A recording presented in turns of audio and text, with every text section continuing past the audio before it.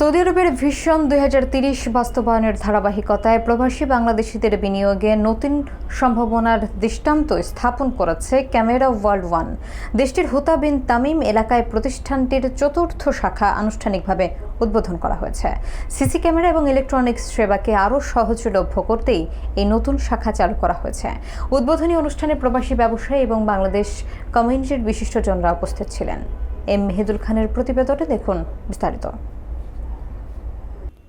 Saudi আরবের vision 2030 বাস্তবায়নের অংশ হিসেবে প্রবাসীদের বিনিয়োগে উৎসাহ দিতে দেশটির সরকার নিজ মালিকানায় ব্যবসা পরিচালনার সুযোগ দেওয়ায় বাড়ছে প্রবাসী বাংলাদেশিদের উদ্যোক্তা কার্যক্রম। এরই ধারাবাহিকতায় সৌদি আরবের হুতা বিন তামিম এলাকায় ক্যামেরা ওয়ার্ল্ড ওয়ানের চতুর্থ শাখা চালু করা হয়েছে। সিসি ক্যামেরা ও ইলেকট্রনিক্স পণ্যের মানসম্মত সেবা প্রবাসীদের দোরগোড়ায় পৌঁছে দিতেই এই শোরুমের যাত্রা শুরু করা হয়।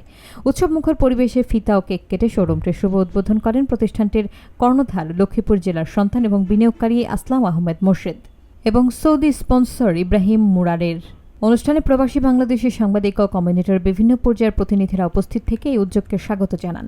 আয়োজনে উপস্থিত অতিথিরা জানান, ক্যামেরা ওয়ার্ল্ড ওয়ান ইতোমধ্যে প্রবাসীদের মধ্যে আস্থা অর্জন করেছে। এই উদ্যোগ প্রবাসী বাংলাদেশিদের ব্যবসা বাণিজ্যে প্রসারে গুরুত্বপূর্ণ ভূমিকা পালন করবে।